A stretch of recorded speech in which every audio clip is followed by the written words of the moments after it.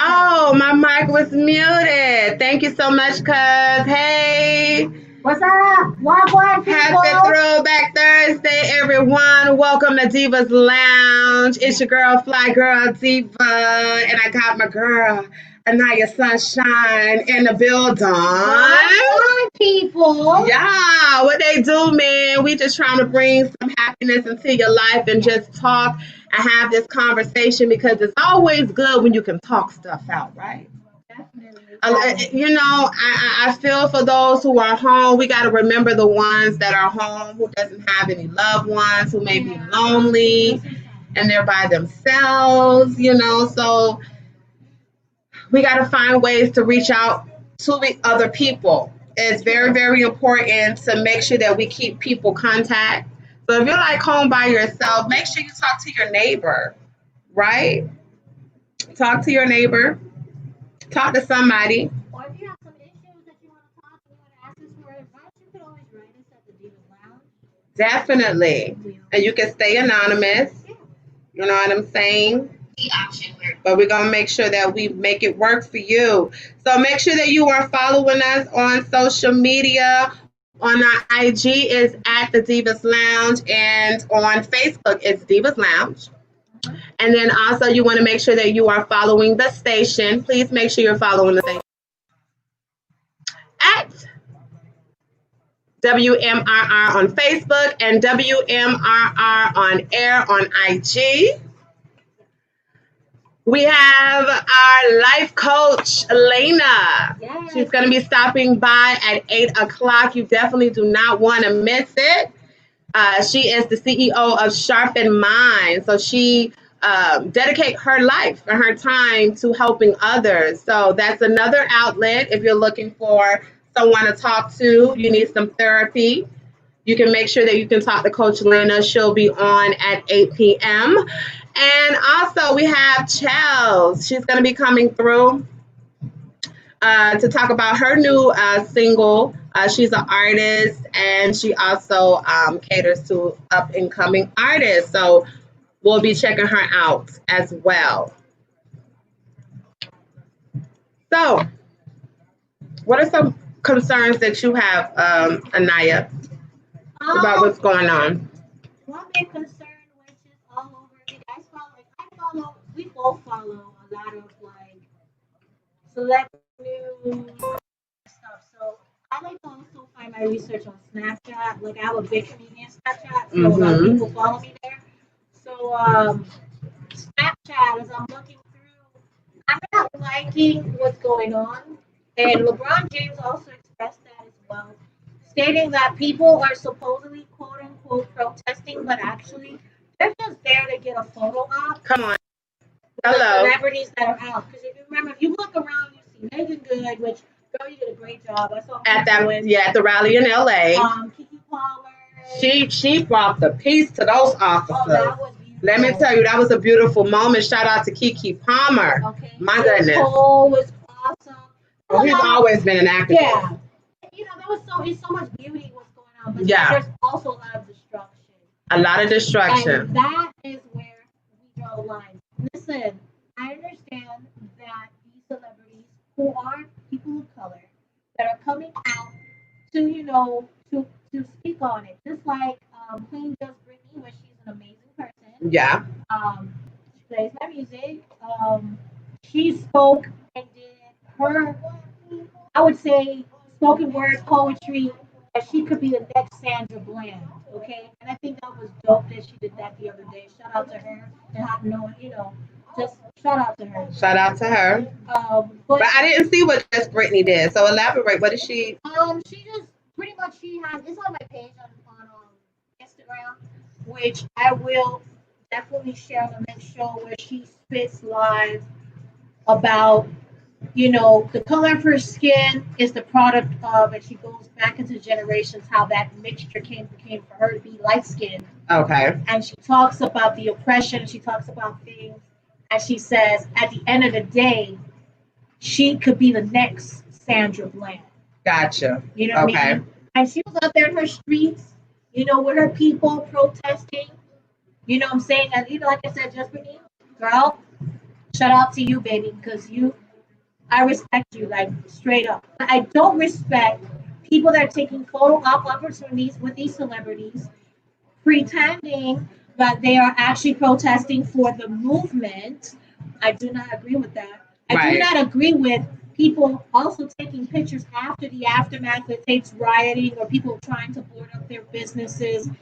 And you pick up a hammer, which was caught on video. It's all over the internet right now. Girl gets caught on video picking up a hammer and a nail in the front of two officers. Right, a hammer and a nail on the side of the road with her boyfriend on his phone to take a picture that she is also helping to cause. And after the picture was taken, she runs off like she doesn't even know what's going on.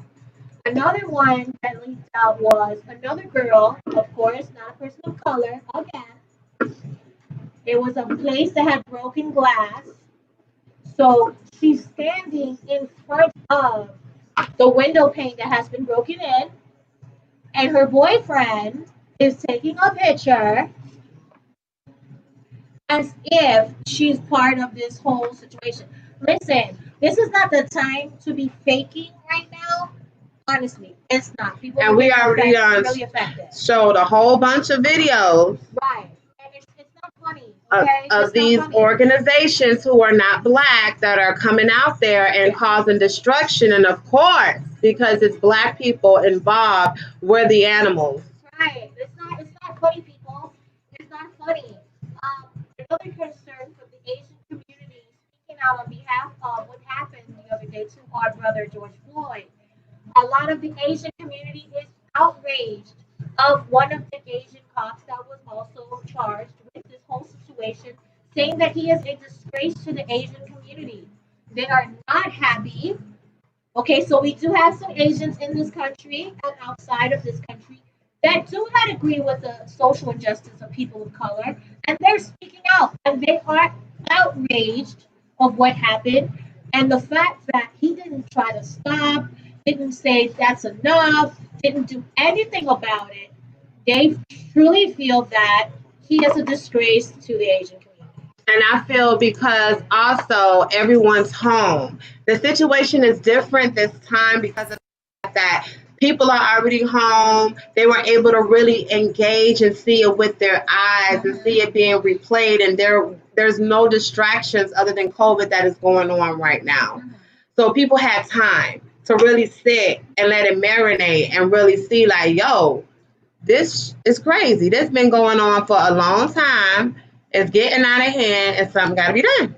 Exactly.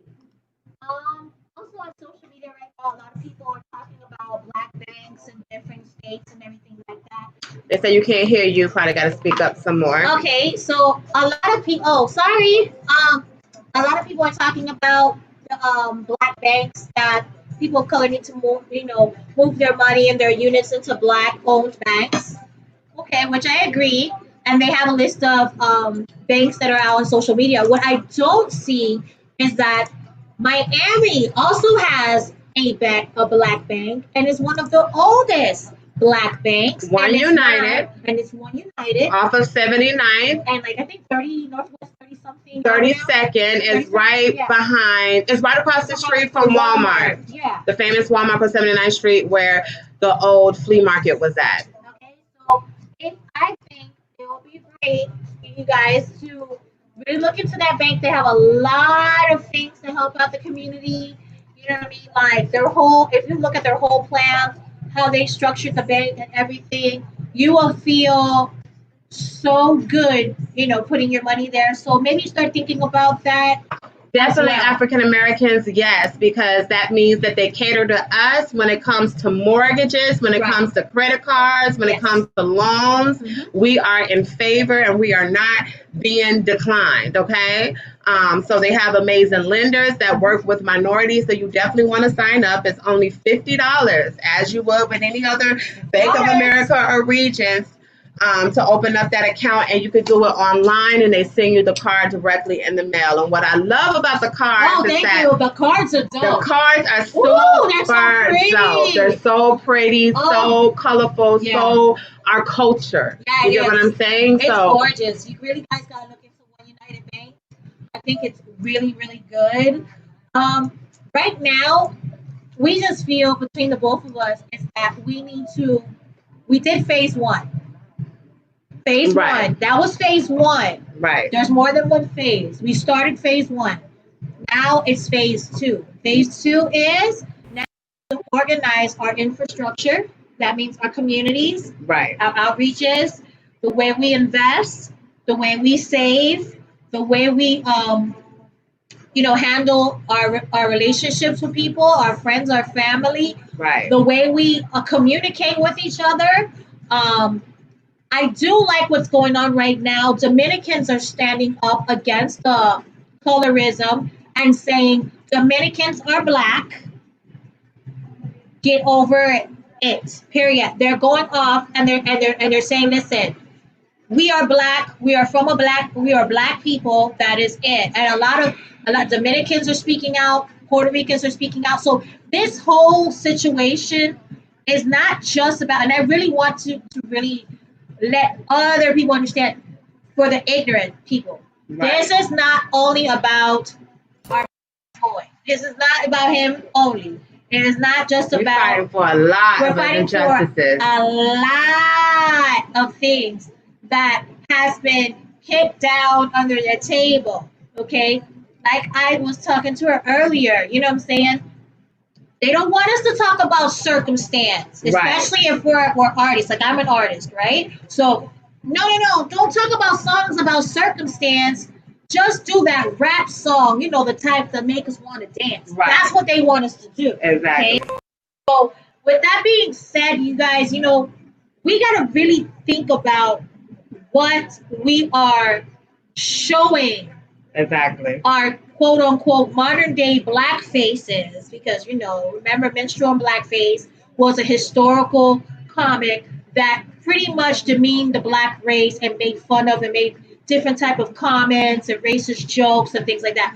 We are feeding them when we pretend that we don't see anything. We're feeding them when we brush it off under the table. We're feeding them all the time. So we gotta stop doing that. Overall, we have to stop doing that. And we gotta believe in ourselves enough to say, okay, we are people that are magical, that are powerful, and that are essential. And when we start to think like that, we have to move a certain way. Right. We can't accept things anymore like that. We're going to play some music, and we're going to be right back. Yes. So y'all keep it locked right here to Divas Lounge. Doris, how we looking? Because on my phone, it's kind of looking a little staticky.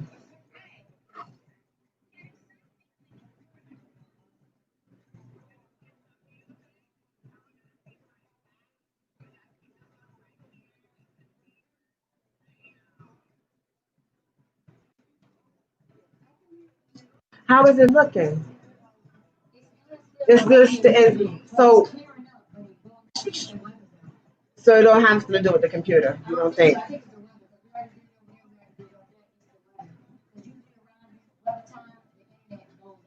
Okay.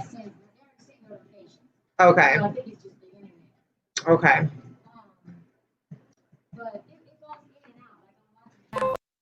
Okay.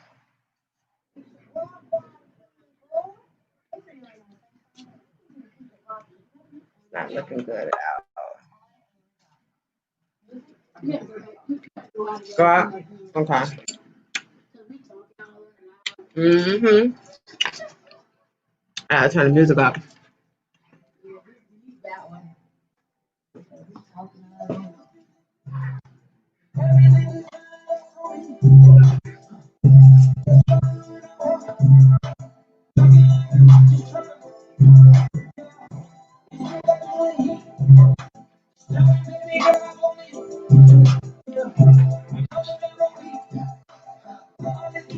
Actually, what I'm gonna do, I'm gonna call them. I'm gonna see if I can switch my plan.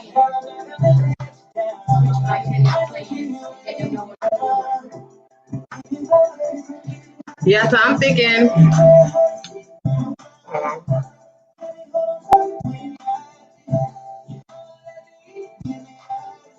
I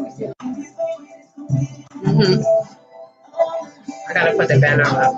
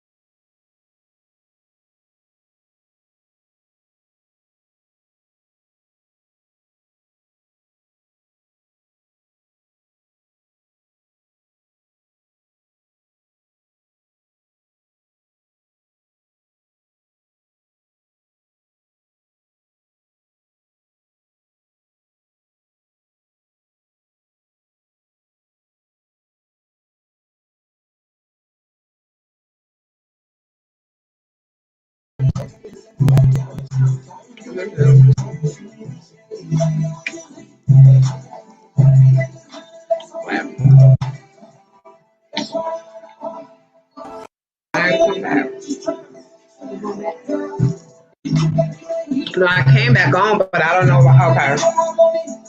Okay, it's better now. Way better now. Way better now. Okay. It gotta be. Yeah. No, we're good now. Yeah, it looks good now. Looks good now. Okay. We in now. Yeah, it's definitely got to be. Yeah. But what kind of what plan you have? I don't know. I don't know. It's not really one. So what I'm gonna do? What do you think you should do? I need to recommend it because just give me a good time to Yeah. I had to pay more. That's what I do. Yeah. Okay. Right. Exactly. Okay. Yeah.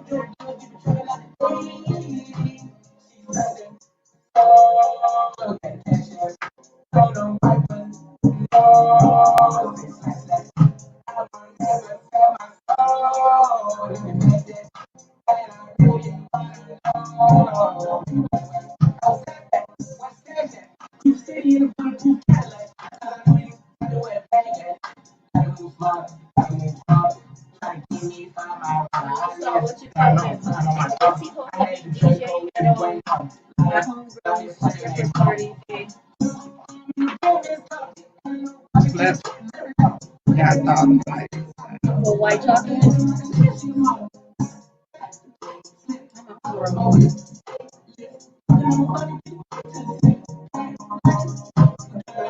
Chocolate, she probably follows him because of the promo that we have on him first. Right.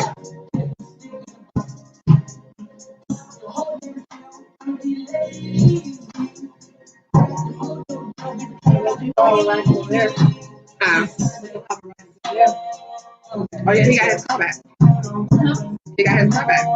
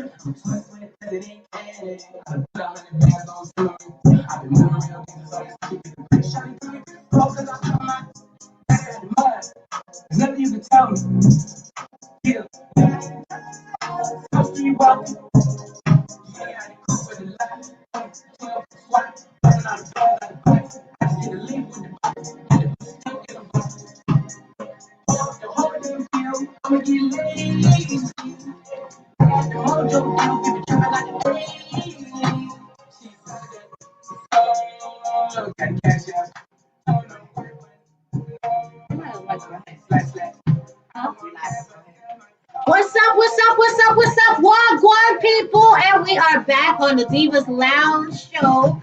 You already know. You already know.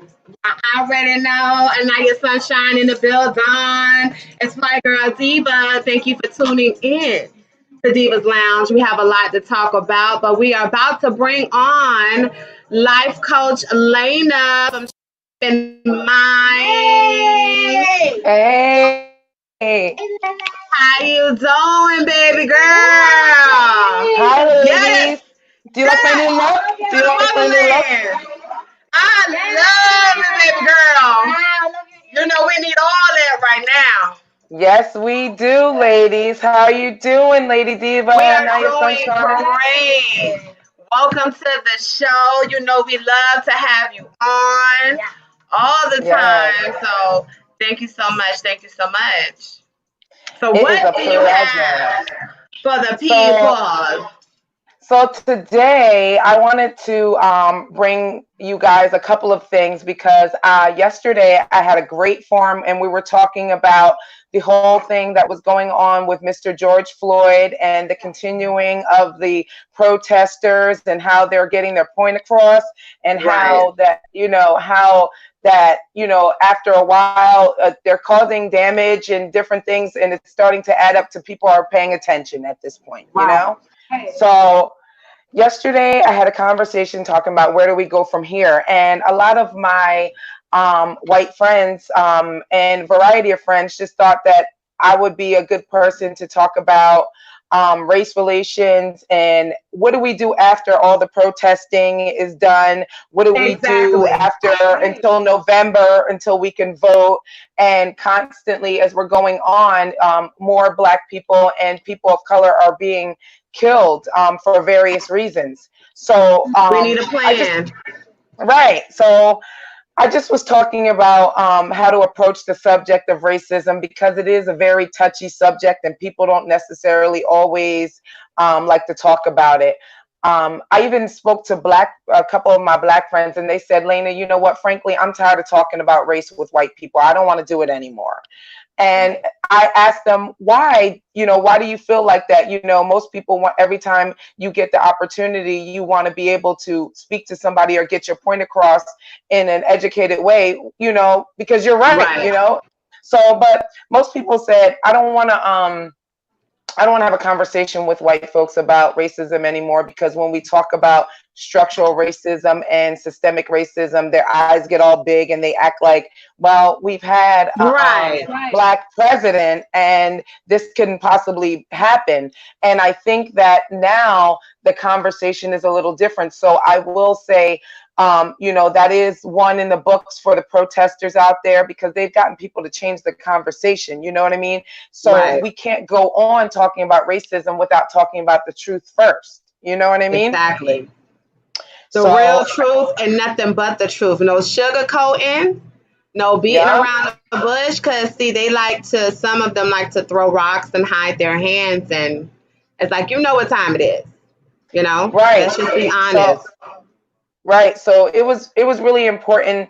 Yesterday we were talking about education and we were discussing some books that already had talked about racism and already dealt into that. And I was telling the audience these books that were written on racism were written about 10 years ago, and people are just really paying attention to it. There is a lot of literature who were they out there. Written by?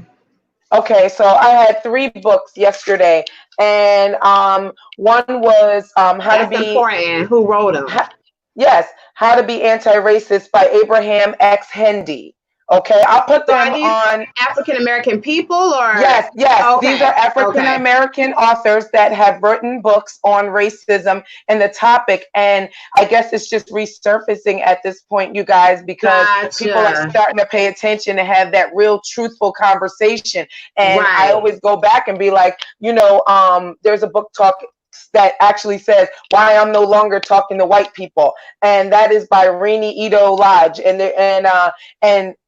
Renee is talking about why this conversation is very important and why they don't want to have it. And it just goes on to talk about the things that I mentioned earlier about systemic racism being a real issue and people not realizing that that's going on. Things like racial profiling, stopping and frisk, even finally, even with the coronavirus, people are starting to pay attention and be like, how it affected at disproportionate rates. Exactly. I mean, finally, so there's some type of, you know, I want to make sure that people are inspired and have some hope, because there is a lot going on. And I just want people to know they have changed the charges on the individual cops. They sure did. And, you know, so I want them to know that being out there is really doing something. And if you talk to anybody who marched in the 68 riots and the riots in the 60s, they will tell you that this has actually made some movement. And I'm really proud. You know, ladies? Yeah, definitely. We are super proud. We are glad that there is some type of change to coming now. We know that through history as well, the charges come, but we're praying that the charges stick. That's what we need. Well, social justice is a big thing, and I hope that everybody remembers that come November and when it's time to vote, and that right now everybody's inspired, and that this hope inspires some more activism, and that this activism inspires hope in others and future generations. You know? Exactly.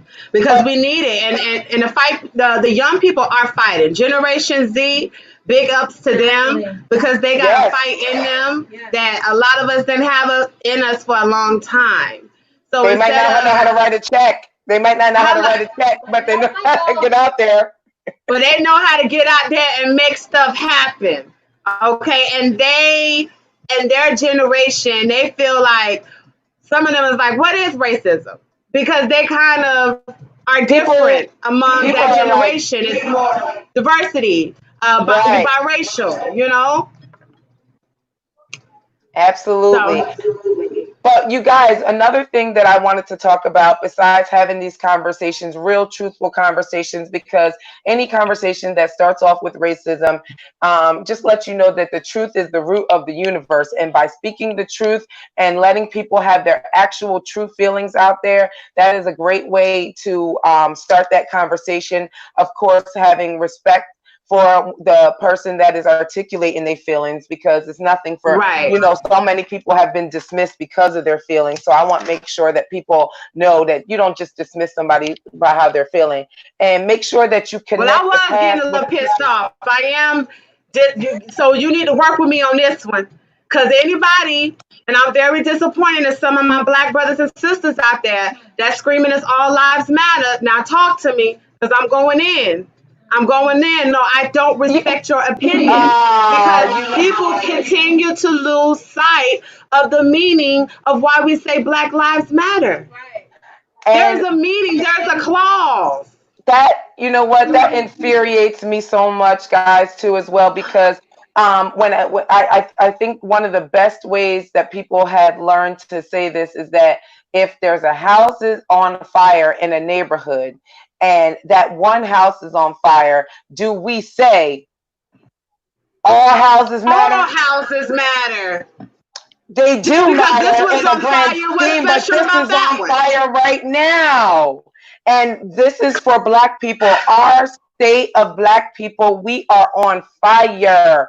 We are in everything from business to music. We are in everything, marketing. We create money for right, we are the culture, and anybody who has any business with anybody Black should be feeling this. Like I said, until the people that are least affected start feeling this and start standing up, no change is going to be made. And I think that's what's happening right now. people that are not really affected but empathize and understand what is going on within the Black community, they're really starting to stand up and tell their friends, we're not going for this nonsense. Has no room for where we're going, like we talked about last week. Exactly. But, you know, ladies, I wanted to ask y'all about y'all girl down there, Trina.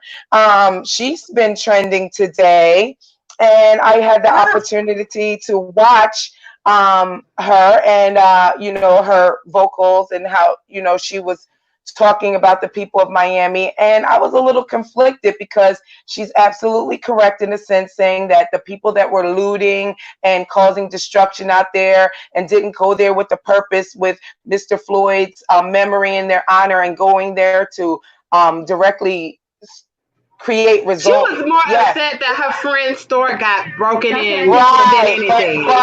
But also, yes, I was going to say, it seems like everyone is hurting, and she just wanted to make a point that these people are vandalizing her friend's store.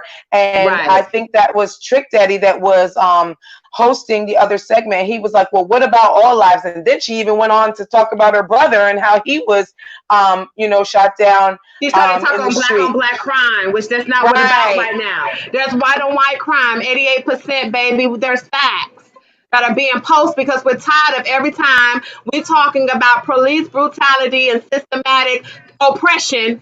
We got to hear all lives matter, and we got to hear freaking black on black crime. I'm tired of the bullshit. Yes, and you know what? I think that there is room for conversation for all of those issues, but I hate when that we start to triple and stack all those issues onto the Black community, because it makes it a ball of yarn and we're never able to actually complete one task. And I think that what's more upsetting to me is that people are coming down from other states and wrecking these people's states and making a bad name. But in the midst of all of that, some change is coming. So all of that couldn't have happened without the looters, without the people marching respectfully, without the people that's engaging the police officers, making them accountable for the shit that they do. You know, a lot of those officers, I know that a lot of my friends are officers, and they feel that the officer Chauvin was wrong, and everybody understands that that man was definitely wrong, and he should face the legal system for his wrongness. He killed that man in broad daylight. But for the most part, most officers are standing in solidarity with the people and saying that we need to fix our systems as well, because you have to look on the flip side of that. They have their policies and procedures too, and they're against something else. They have a bigger boss. So you have to understand how things are run and know that it doesn't stop. They're just the foot soldiers, just like a lot of my coworkers and I talk about that being working with for the division. We are the foot soldiers. We are the people that meet with the people, but often we are those people that are put in limbo. Now, by far, I'm not making any excuse for those officers that handled that shit wrong. They did was wrong, but you have to understand, to be in a position like that is very hard for most people. Definitely. So we have to be empathetic, like we want people to be empathetic to our needs and understanding as well. So as far as what police officers' jobs, but we know that. See, this is the problem that I have. Why do we have to have a subject, but we have to divert to it to make those who feel uncomfortable about the truth, to make them feel comfortable about the truth? We're not talking about the good officers. We're not talking about those who go to work every day and do their job. The majority of the police departments are corrupt. The majority of them are racist. The majority of them have a target on black men's back, and there's laws to prove that. No, I agree with you. I agree with you wholeheartedly. And I think that those types of conversations get blended in with the good cops and bad cops because it is extreme to the left and one's extreme to the right. And I don't think that you should be blending them. I think that there is a forum for each one of those things.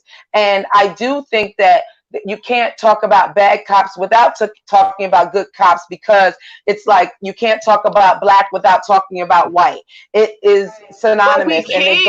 We can, but society has made us believe that we have to intertwine the two. We don't have to intertwine the two.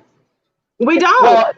Well, And being more of good cops is them putting these funds. Like when we were growing up, we had the DARE police. We had the good yes, police absolutely. officers that Yes, taught the you DARE about program, drugs, that put you to drug the side. education. Those are being good cops. Those who are going back in the community. We don't know who the good cops is because what they showing us. Because the We ones who also know who the are, they bad are cops are as silent. well.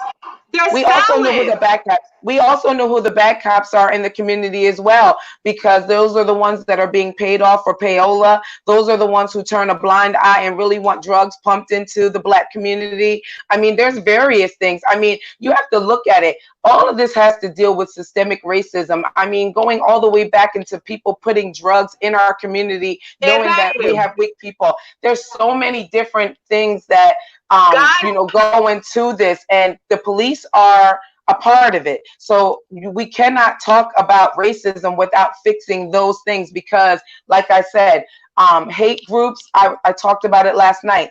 Their whole goal is to assimilate and seem normalized now. So those hate right. groups, those people are going to the Department of Corrections. They are making their point be known in their influence in political turmoil. They are also involved in being, nurses, doctors. They're all about that. So you have to understand that these white extreme groups, they are going far to get their people, back and penetrate into the system. I Yeah. was going back as far as the Willie Lynch letter, and that penetrated us deep. And that's why 400 years of mental instability and not feeling good about yourself, because they compared breaking Black individuals to animals. And some people will never forget about that. And even though it may be that 1% that remembers that, we can never go forward until people keep reminding you, you were not always a person. Well, hell, I am today. And I fought for my rights, and I've served this country, and we are Americans. I don't know anything about Africa except that it's a beautiful place for my people and for me to visit. But as far as me living there, I don't live there.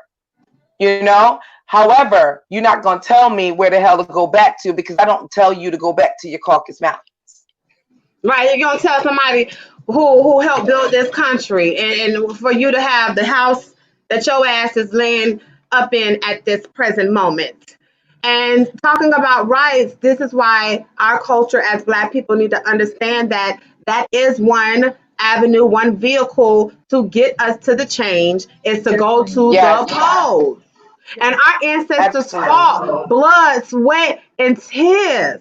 Look what we are experiencing now with the police brutality, time after time again. No change coming, no change coming. You know how many years our ancestors had to endure that, and the fight that we no longer decide to carry? Yes. We have It's to hold time. these political folks accountable. I mean, going back to research them. I mean, if you look back about Exactly. 10 years ago, a lot of these politicians, even down to Amy Klobuchar, was setting up rules to, set up Black families and make sure that, Black men are not thriving. A lot of these politicians, because it was the tone. So if you Right. hold these folks accountable, you have a voice. So I'm going to start making sure we do ride shares to voting polls. I'm going to And give we people need rides in my local neighborhood. voting. We talking about state representatives and local officials and Assemblymen, governors and mayors. freeholders, senators, local secretaries, everybody Exactly. in political positions, down to your county ombudsman. Like, Exactly. seriously, everything needs to be looked at now and seeing people's point of views, because we don't have any room for this anymore, and we can't keep stopping, because look, we've been dealing with this for over 400 years and we're still Right. fighting. Exactly. So we don't got 400 more years. We sure don't. We sure don't. So, everyone's feeling maybe this time around things will be different, because things have been done as far as charges, arrests. Right. Some things Right. have been different than past things. So all we can do is continue to hope and pray that everything is going to be okay. But we really need to have a plan after this. The memorial was today. Right. I don't know if you guys caught Yes, the I memorial. sure did. And Reverend let me Al was tell going you, off. Reverend Al Sharpton, get y'all foot off our necks because he hit it on the head. He summed it up. Our necks been compressed for years. Everything we He do, we inspired got a hope with foot that. on our neck, and we are done, and we are sick and tired that we can't breathe. And He it's has sad. inspired hope. Yeah, definitely hope. And like he says, it's about when the lights go out, when the conversation and the National Guard leave and things calm down, we cannot Yep. continue to fall short and go back to our normal lives. We need Preach, lady. we need to organize, strategize, and come together with a damn plan.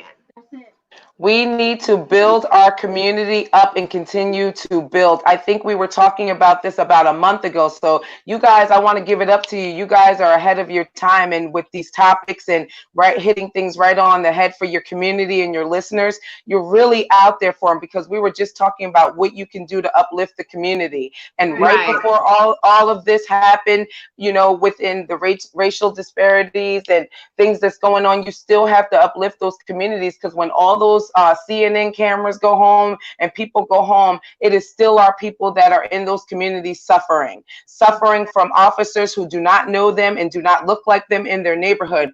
We have to promote more officers. We have to talk to our children as early as preschool about racial differences. And when you start feeling hopeless, we need to go back to moments like this where our people was able to rise up and start putting more culturally competent things around with our children in school, because our youth are really the future. And if we do not invest in them, if we don't invest in the youth, we might as well forget it, because all these lessons will be lost. Exactly. So I just want to make sure people continue to educate everyone, make sure that you have that conversation around the truth, that it's respectful, because racism is really a social disease, and it's been going on a long, long time. And it's really trickled down to systemic racial profiling. People, I mean, years ago, I couldn't even go to my job with my hair in its natural state like this, you know, without somebody looking at me. This is what we're saying. This is who I am. That Constitution wasn't made for Black people. I had to minimize who I am. For us. I'm not willing to minimize who I am just to make somebody else feel comfortable, because I am educated. I have a voice. I am an American citizen. And most importantly, I pay tax dollars. Exactly. And that's why, and we get treated as if we don't pay tax dollars. Exactly. That's what's wrong with that president. You know, that's why the president, he caters to those groups. If you guys seen what he did the other day with that fake Bible stump and that photo op, that was a mess. But it fuels people like him, fuels hate groups, and those 1% of people that are still out there that control white men, that own corporations and Fortune 500s with these injected hateful spirits. Guess what? Right. This is who this man is appealing to. Exactly. And it's not really subtly. And so I'm not going to minimize myself. No place for that. It's no place for that. And if we keep having conversations and letting people know that shit has to stop, and that our conversations are on a higher level than that, then those people will start to fade out. And that's what I hope the truth is. That's what I hope our truth is in the next 5 years, next 2 years. I'm hoping the next year, honey. I'm tired. We know that we're going to always have the evilness and the evil people and those who don't get it, because we're living on the devil's playground. God sent the devil down to earth. So we know that's going to always be there. And it's crazy, because it's been a lot of foolishness going on out there with them people too that is protesting. There's been a lot of evilness that is going on where people are being tranched, y'all. There's a lot of things y'all want to talk about. And then these people are waking up and they're not realizing what they had just done. You can't stir the pot like that. You can't continue to stir the pot in the universe and don't think that things are going to come back to you in a proper way. You're going to come back just the way you stir that damn pot. You know, my grandmother Exactly. used to always tell me, how can you mix so many ingredients that's negative into the universe? Start dumping some positivity. So I think it starts now. Like you said, people with Reverend Al is telling the truth. Get your damn foot off my neck every time. For And real. I was talking yesterday, what infuriates white folks more and starts to infuriate that white rage is when we as a people start to overcome and start to talk about our education and talk about how we're going to uproot and not follow no rules. And that's exactly what happened to Mr. Floyd. And that's exactly why he had an early demise at this point, because those officers felt it was still like back in the day and he had no Exactly. reason to, but we're past that. You know what I mean? So, And because time and time again they get off and they're protected by their blue organizations that fund them and pay their bail and help them live after these events, they I think hear so many it people. works for them. It works for them, but What? this time around, they got Right. their ass handed to them. For sure. Something definitely is wrong. And I would tell people, like I was saying, you know, the presence of Black people who demand is what starts white rage and what starts a lot of uprising. And for us, even if you look at the lady from Central Park and all that nonsense that she did weeks ago, right before Mr. Floyd's untimely demise, I mean, look at all that. That's just white privilege. And we know that. And Right. people have turned a blind eye to that for so many years. So Right. when we start talking and telling the truth about those things and letting people know that this still goes on and that I can't use those same things, we're never going to be the same. We're going to keep turning a blind eye. And that's what Right. creates supremacy. That's what creates white supremacy, when we turn a blind eye to things like that. So we Which really is got to do better. still live today. They just in blue uniform. And like they say, we need to be able to, just like how when they pull us over and they have our driver's license and we can check and scan, they can scan our ass, we need to scan their ass. We need to be able to know a background about No, them you're as well. right. No, you're right. That's why be educated. That I cannot express that enough. Educate yourself. Know your rights down to your municipality rights. You know what I mean? Some people are driving and don't know why you're being stopped and racially profiled, and it's just, you know, just too much going on. So I just want to make sure that everybody knows their rights. Pick up a couple of those books that we mentioned so you can explain it to folks in a way where, you know, because some people, you know, us Black people, like I said, we are tired of talking about this and we get very upset talking about this with people. You know what I mean? So a couple of those books will be able to help us have a conversation. You know what I mean? Definitely. We need to, right now, since we have so much free time. Yeah. And that's like, you know, we have this COVID-19, so we have so much free time. Yeah. I think it's the perfect time to really start to focus on our literature more. Yeah. I was just talking to a friend of mine. I said probably I'm gonna start learning more Yoruba. So Yes. I've been writing a lot of stuff in Yoruba so people will know our language more. You know what I'm saying? That's Because right. a lot of people don't know Yoruba. And we need to know because they took that from us. Right. Aruba is our country. Our dialect in different ways. We are so I'm about to go on that island. We are all over, right? So we need to make sure that we're explaining to people we have racial differences, but they're in a positive way. You know what I mean? We have differences. That's the biggest thing. People don't know how to have a conversation based around race because they don't want people to seem different. Well, hell, I am different. Look at my hair. My hair don't roll like yours. Right? I am different. It's okay. I'm embracing that difference. You know, it's fine for me to be who I want to be. Exactly. Man, we appreciate you, man. But what are some like 3 tips as far as getting some mental relief? What can you provide my listeners with as some type of tool to get them some type of relief mentally, man, because it's too much. I was emotional yesterday on Tuesday. I was so emotional. And let me tell you, I've Yes. been through and seen a lot that we never thought in our generation we would have to see. And I don't know, this time it's just super overwhelming. Well, the first thing that I would tell everybody is to hunker down and pray. Whatever your religion is, whatever, whoever you call God, because we are in times and there has to be a higher power that sees all of this and understands us and will put better days in front of us. So that's the first thing. And the second thing that I would tell people to put at ease is to have a conversation with your children behind the truth. And I think that will put you at ease, because then you'll know how to explain this to your children. You know what I mean? Last week when we spoke about explaining things to your children and the COVID and all these different things that's going on in the times, a lot of people, that's putting a lot of stress on people. So I think if we continue to have general conversations, regular conversations, how we talk using our language, around these things, Right. I think that will start to diminish Right. a little bit of stress.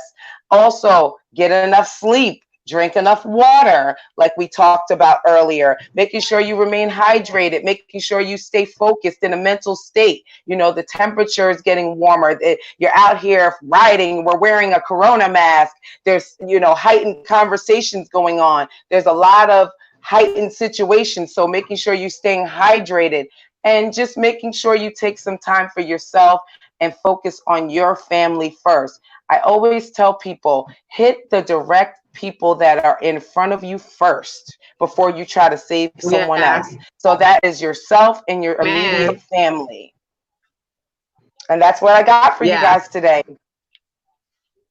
Thank you so much, Coach Anaiyah. That was amazing. We appreciate your words of wisdom, your advice, weekly right here on Divas Lounge. You guys make sure that you follow her. Her information is right here on the screen. And she does do personal sessions. Just hit her up, sharpenmindsworld.com. Lena Blanco Cabiza. That's Lena Blanco Cabeza. That's just white head in Spanish, if you guys know. That's white in the head. I know. Lena Blanco Cabeza, yes. Sí, So that's her Cabeza actual Blanco. Facebook page, guys. Yes. Thank you so much. We will see you back here on Thursday. Thank you, guys. Enjoy. Bye, You're welcome. Lady Diva. Bye, my love. Thank you guys for having me. Bye-bye. Always. All right, guys. We'll be right back in 2 minutes with the real Chelzzz. She is on the line, so y'all keep it locked right here at the Divas Lounge. Yeah.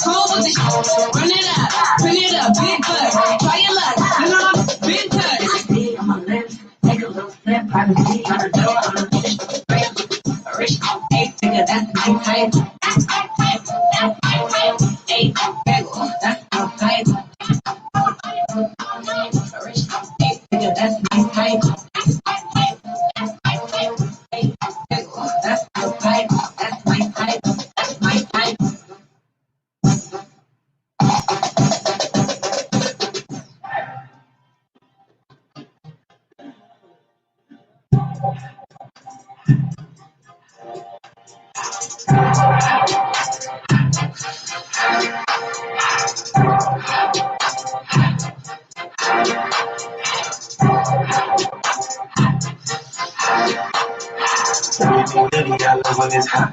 Try to got some more millions I keep me in that. I created history and made me a lot. He tried to get me and he no fuck. We call him Tracy cause they got a chop. Took her out of balance cause I run it like Nike, we got it on lock. Call it like I'm the boss man in a suit with no tie. I can't be sober, I gotta stay high. I'm still serving and getting it dry. Riding this bitch like Bunny and Clyde. Want me, baby, I keep me so bad. She mayonnaise and burger, she can't ask the sky. The ladies will say this will go to surprise. Most of all, this lady help me apply. Get up back while I'm gripping her side. We can make it, this ain't regular size. Really floppy like Pelican God. She ain't slick, I can tell her which guy. I'm putting my wrist up against in the sky. She singing my song and change my whole life. I told her the dog on and work on her dollar. Everything litty, I love when it's hot. Put to the city, I broke all the knots. Got some more millions, I keep me a knot. I created history and made me a lot. He tried to get me and he no fox. Call it toxic, cause they got a top. Took her out of college, cause I run it like Nike, we got it on lock.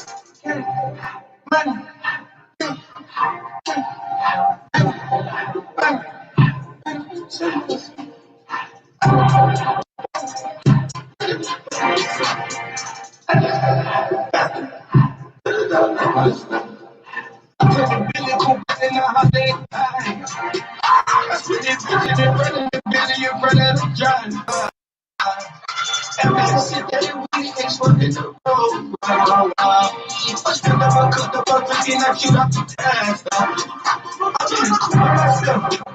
Ready to keep it up when I reply. Keep it on the one on the shelf. What's this around in the back? I'm sick and tired of the yellow. I feel like they bad. Tell me lies. Acting like they never created this and they get all the dream I got. Cardio, Cardio, so what? Cardio, Cardio, step up and low on the side. I think I never did Cardio, yeah. Cardio, got me like cool with 200 dash. Cardio, G, ain't no way I can say. Ain't no way I'm gonna ever gon' go out. Man, I can go out, no way I'm gonna go out. I just people that nigga, I try. I see like the stuff that happened on the whole lot. I give a fuck about new shit, man. I got to get busy, not no break the door.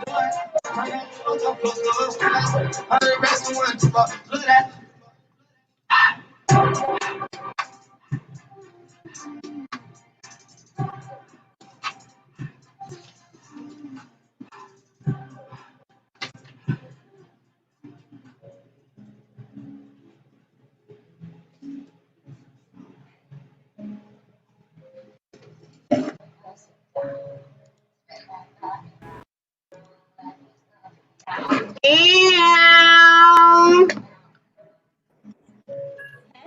how you doing? Welcome to Divas Lounge, baby girl. I got Chelzzz on the line.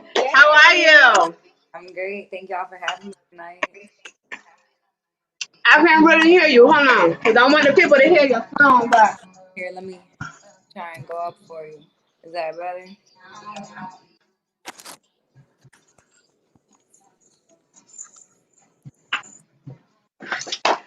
how's everything? Good. How are y'all? We are good. Oh, yeah.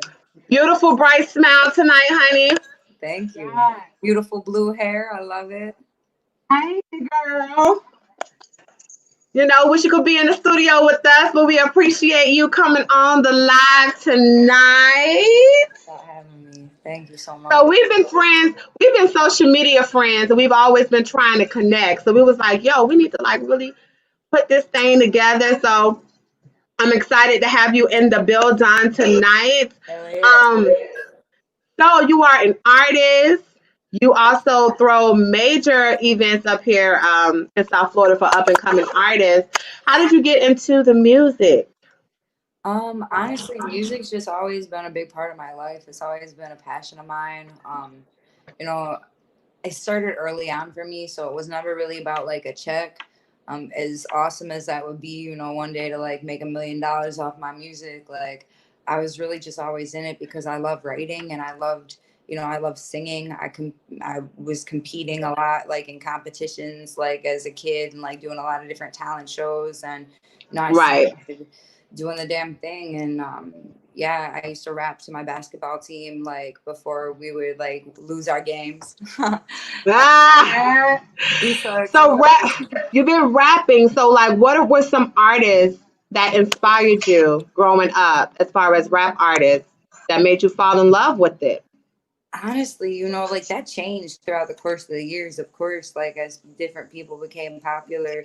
And I'm from Detroit, so I loved Eminem. Hey, Detroit. Oh, so now I know why you with the music. Because Hell Detroit yeah. is all about the music. Listen, y'all people are talented. I'm telling you, exactly. So it makes sense. Okay. Okay. I love Detroit. I've been to Detroit. I used to go party in Detroit, definitely when it was cold. I used to come when it was cold. I don't know why, but I did. But those were the most live house parties, you know? Hell Yeah, yeah, yeah, yeah, yeah, yeah. Crazy times, girl. Right? So, I mean, because I kind of figured you wasn't from Miami. Because, you have this different swag about you. You don't really have the Miami swag, but you have this swag. But it was like, yo, where is she from? So, Detroit it is. So, when did you move out to Miami? It's been about 5 years, 5.5 years now. I've been Oh, out wow. here. That's still Yeah, like new. yeah. Okay. Yeah. So, what made you transition here? We dirty and ratchet Hey, and you crazy. know, hey, I'm from Detroit, so get it how you live, right? You know what I'm saying? Exactly. Um, Exactly. but that was honestly why I was kind of destined to come down here. I mean, like I was on the run. I needed a new lifestyle. I was trapping up there, and I just didn't want to do it anymore. I was getting tired of like just doing the damn fucking jail thing, the circles, and fucking hanging Right. out. Just like the lifestyle was stupid. And I wasn't getting anywhere with my music. I wasn't getting anywhere financially. Like Right. I needed a change, and no one Yeah. else ever took me seriously at that point. Like, and I had no reason to. Like, I was just a fucking. Right. And so, I needed to change the scenery. I came down here, got more dedicated, and yeah, like a lot has progressed with the music, and we ended up kind of my wife and I making C3 as like a business too. So it's cool. Wow. Okay. So, did you create C3 when you moved down to Miami? That's when the vision came, or you had it before you came here? We were kind of like, we were kind of like the way we had it before was like different t-shirts that we were coming out with. And like this was Okay. just like a t-shirt design kind of based off of not my name, to support Right. Chelzzz. And then Right. we ended up having the merch and people fucked with the merch. And then we had kind of a brand and we were like, well, what else could we do with this for artists?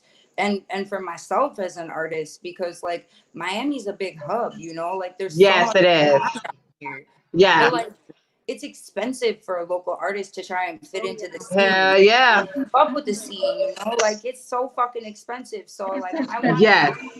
I want to make it a little bit more lucrative for the local people to come out that didn't necessarily have, a couple $1,000s to produce great shit and, give them an opportunity to make good quality visuals, have a stage to perform on, and have a good sized crowd to perform to. And, Right. like that was the main goal, is just like trying to like cultivate relationships and bridge the gap a little bit in the community. Because that's something that was a big part of Miami back in '06. That's what I used to do all the time. But the culture of the underground scene in Miami switched.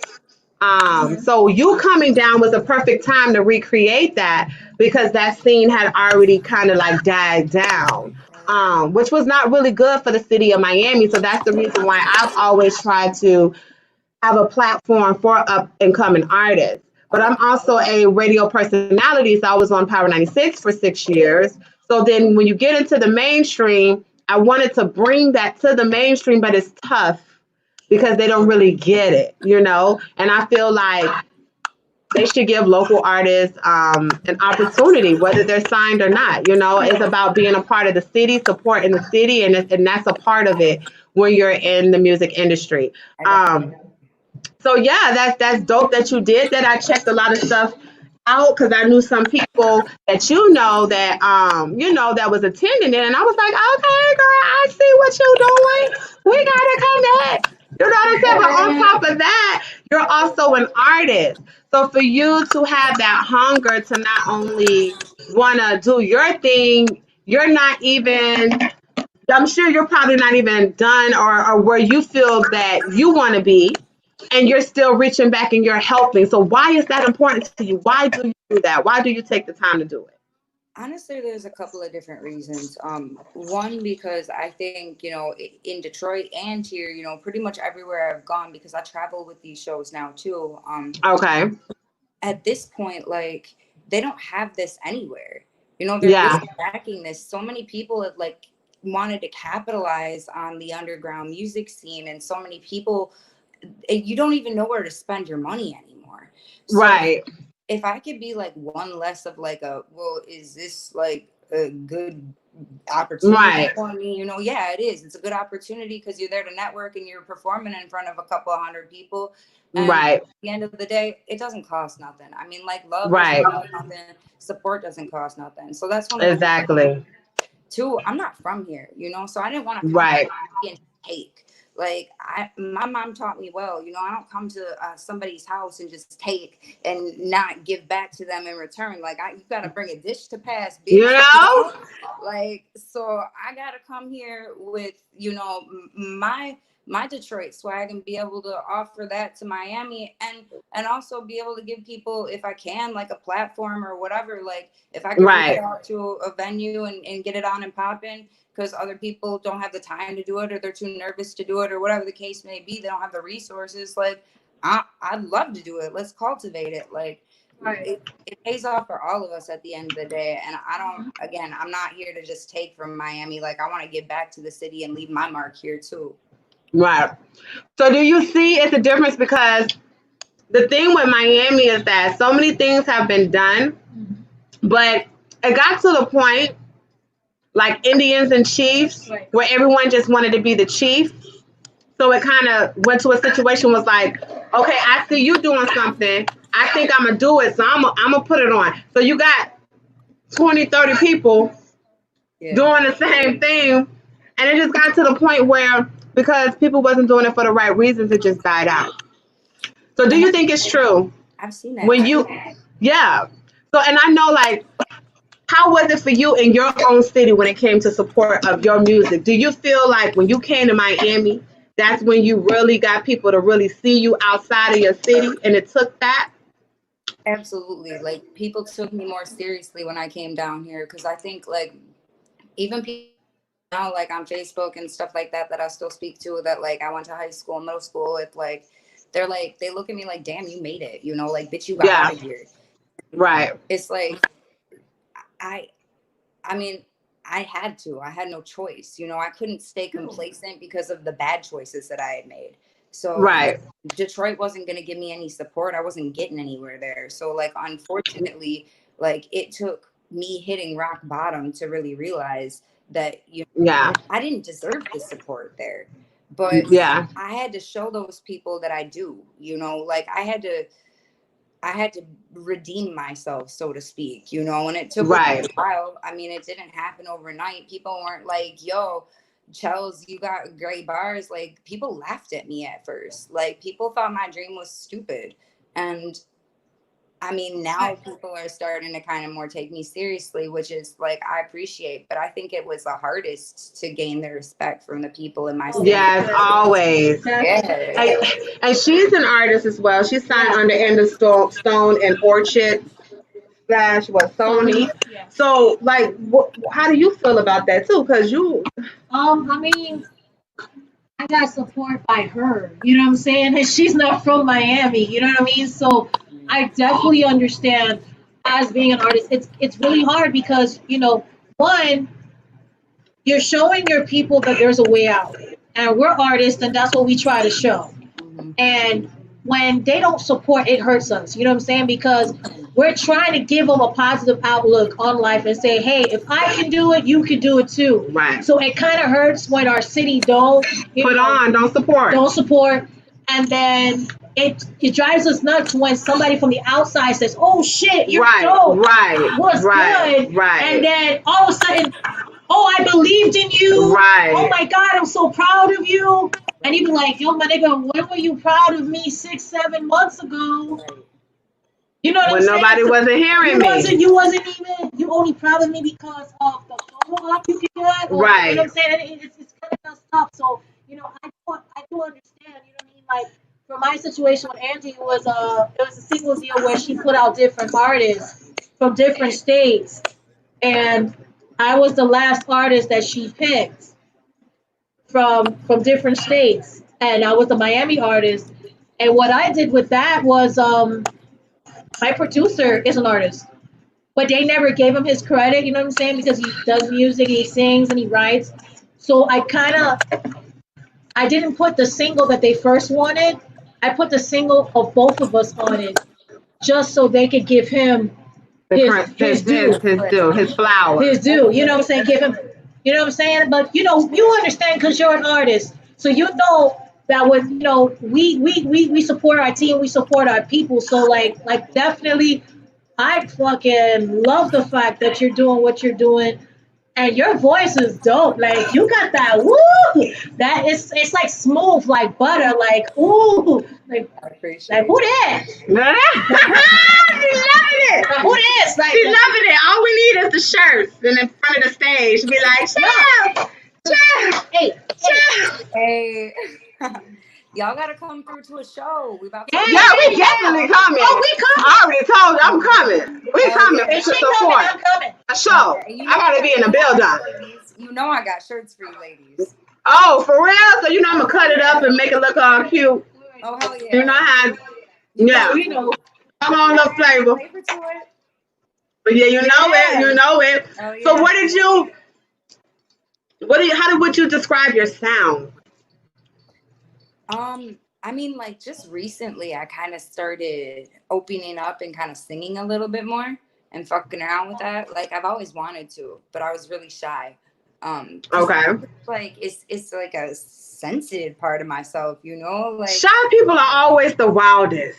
I ain't usually that shy, but like right. Like when it comes to singing, like, I don't know, like I got a little shy for a minute, but like yeah.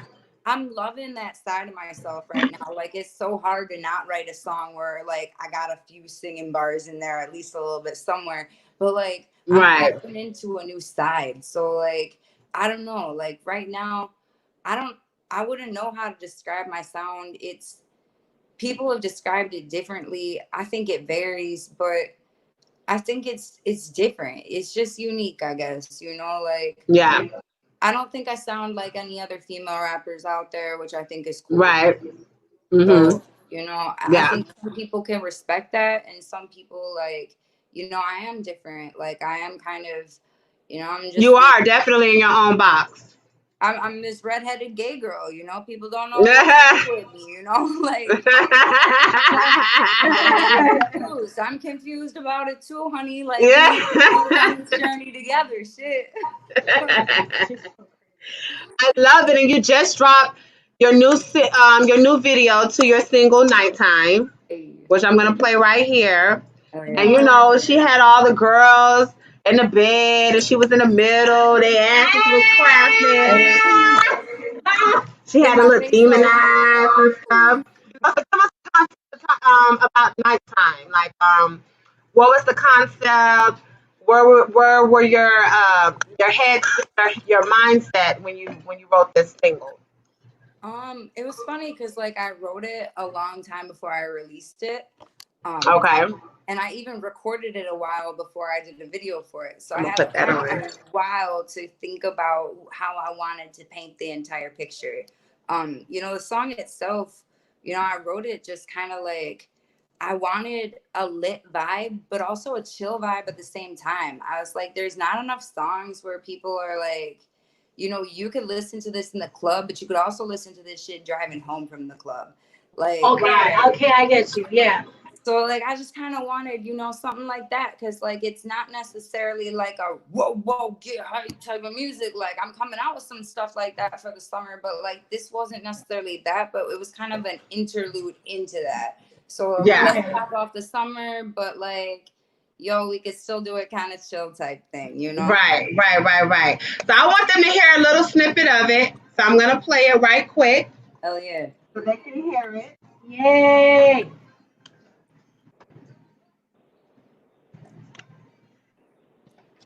This is Chelzzz Nighttime.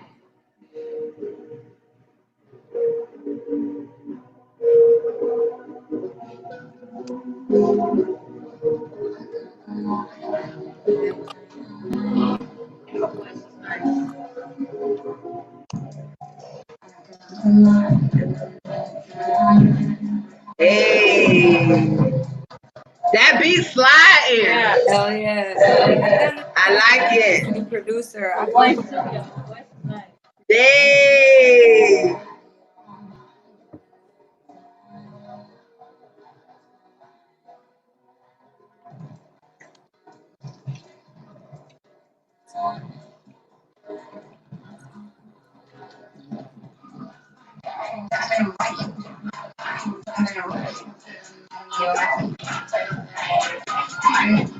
So who wrote the beat? It was produced by Slim at Hood Stars up in West Palm Beach. And Okay. I'm trying to think. I think the beat was by Linton Scott, and it's called. I think it's called Strawberry Juice. The beat itself is, but Okay. I've gotten a few beats from him. Somewhere in Miami was also produced by him. Okay. I was just gonna ask who produced it. Okay. Yeah. So he's done a couple of my, and I believe he did Exotic as well. So he's done a few of the you know, more slowed down tracks on the album. Right. Produced. So I'm excited. And Now who is this girl? Oops, she put you on the spot. girl, Because she, I don't know who she is. She put you I on don't know Wait. who that is either. That's a rare occasion right there. Like who? What? That's a Like rare occasion. damn, like this is what we doing? Like this is what Yeah. this the other side? Yeah, that's her. I'm loving this shit. This Hey, was I like appreciate it. maybe you still should just wear your hair out or something. I don't know. Hey, I hate it like that though, and like it's curly, so it takes forever to get it straight. That's my Yo, that style. listen, Yeah, that she look. do look pretty though. They do look pretty there though. I mean, this like I love it because it's you still see the artist in you. Yeah, she's still. It's like a whole new flow. It's very edgy. Like I'm telling you, you do something with this look, everybody gonna be like, oh my god, oh my god. Now we'll Oh my pray for you for it to stay for 24 hours because I'm curly hair getting too, so I understand. Hell yeah. We'll pray for that. But you look cute though. Love it, for real. Then you also released another song called Erotic. Okay. Yes. Uh-huh. Yeah. So tell us a little bit about Erotic. I'm gonna put that one on.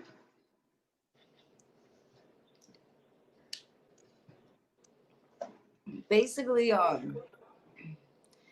don't know, Exotic. It's a sexy song, you know.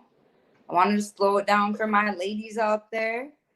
And so we can have some of the wine too, you know. Hell yeah, you know, just like I came out during Valentine's Day, so like whether you had a boo or you didn't have a boo, or I could be your boo, whatever, you know.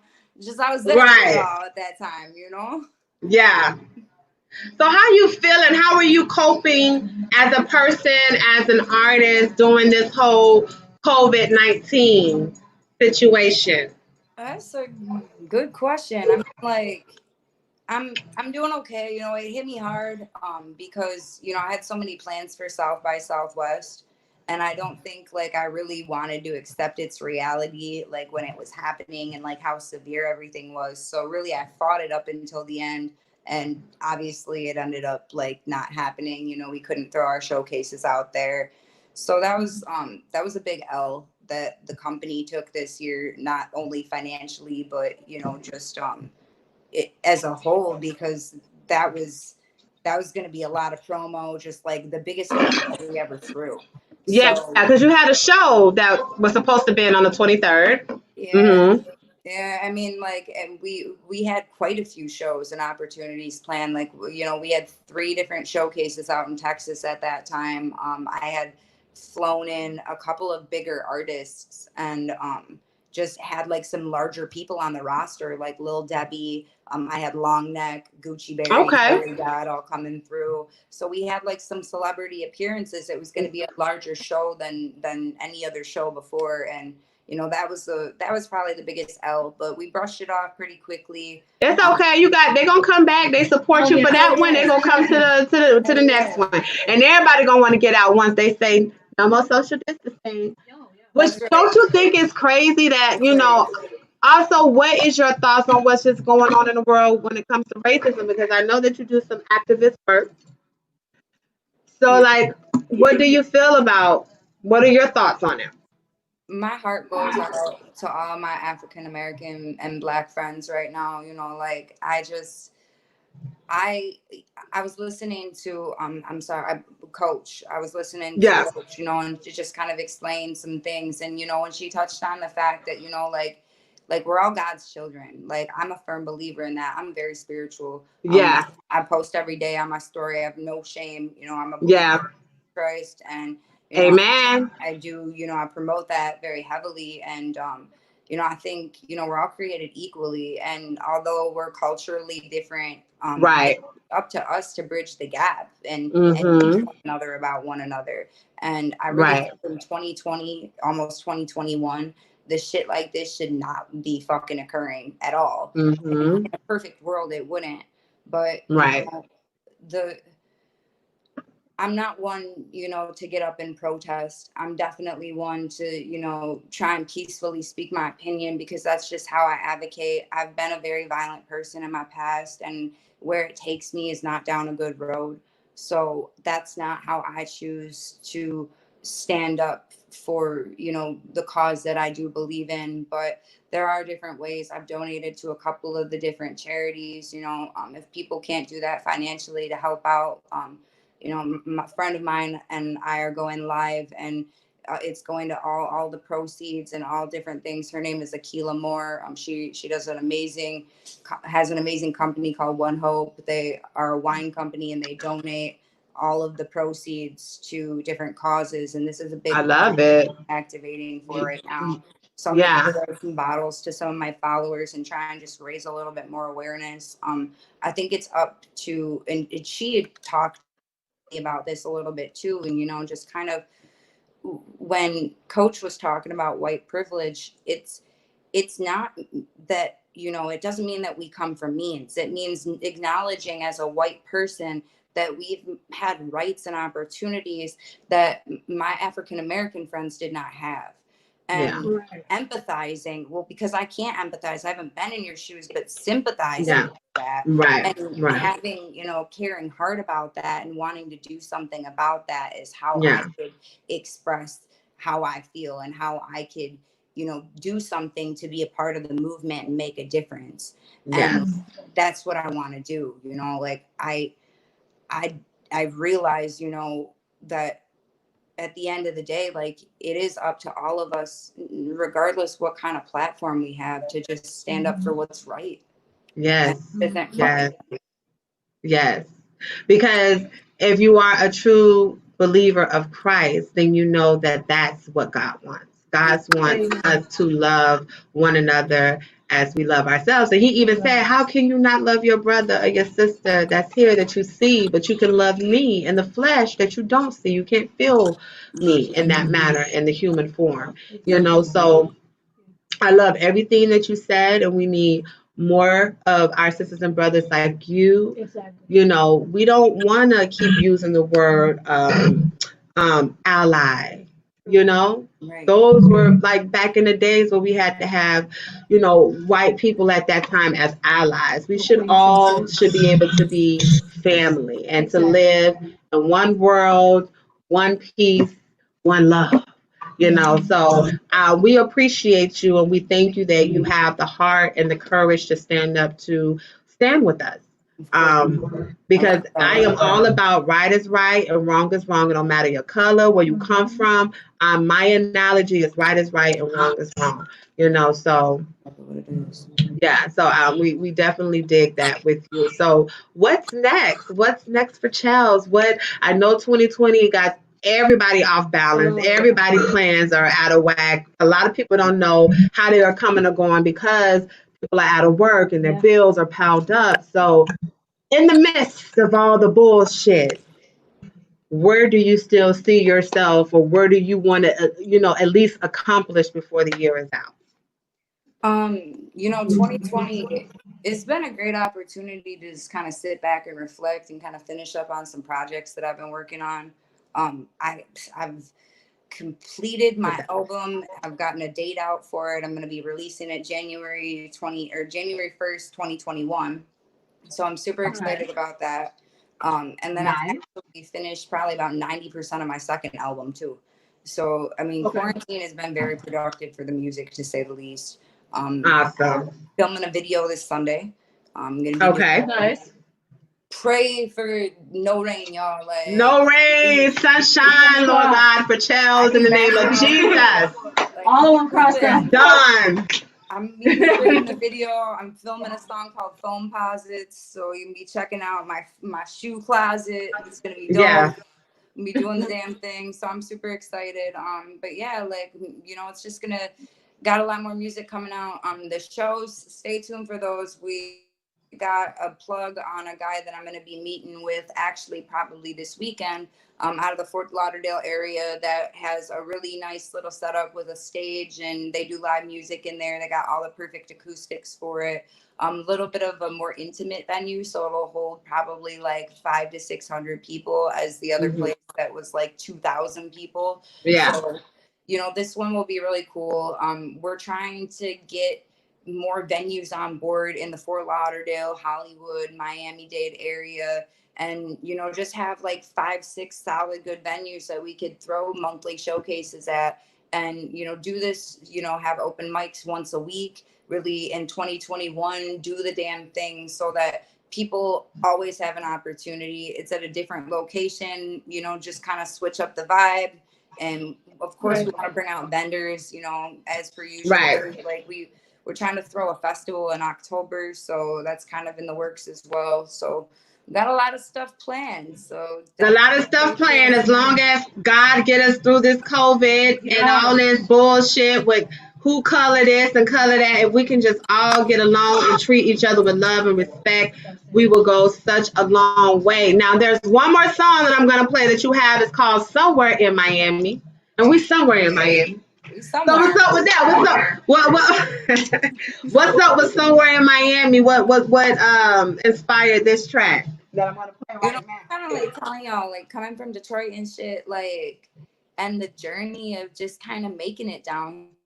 Like, I was whipping around in the Rolls Royce, like having pictures, like people coming out taking pictures. Like, it was a really crazy experience, even just for me. Like, that whole video production day was so fucking fun. First of all, I was drunk as shit, and I popped out the Rolls Royce. Went over the little curb too heavy, blew that tire out.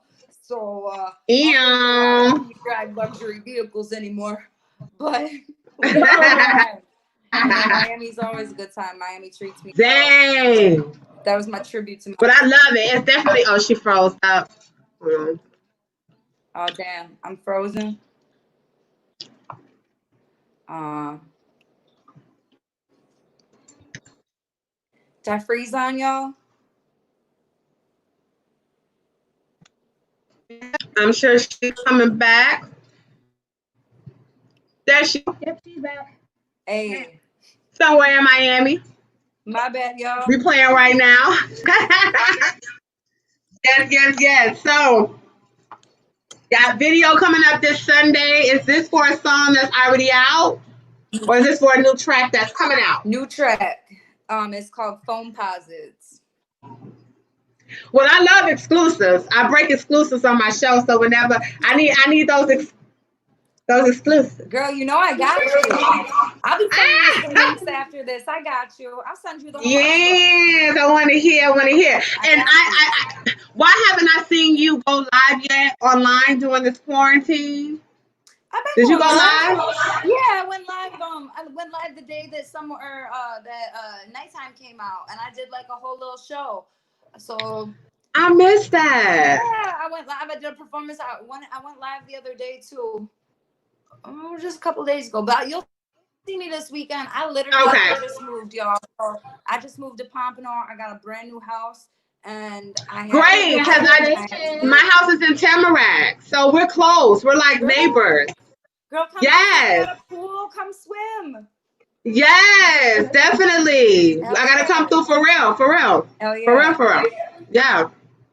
So thank you so much. Bro, we eating great. For real. Oh girl, I'm jealous. It's all right. I'm drinking some, so. All right, get some. I'll take one. It's been amazing. Thank you so much for coming on Divas Lounge. Bless me with your presence. I appreciate it. Thank you. Y'all. Divas Lounge has transitioned. We are on a new platform on WMRR. So,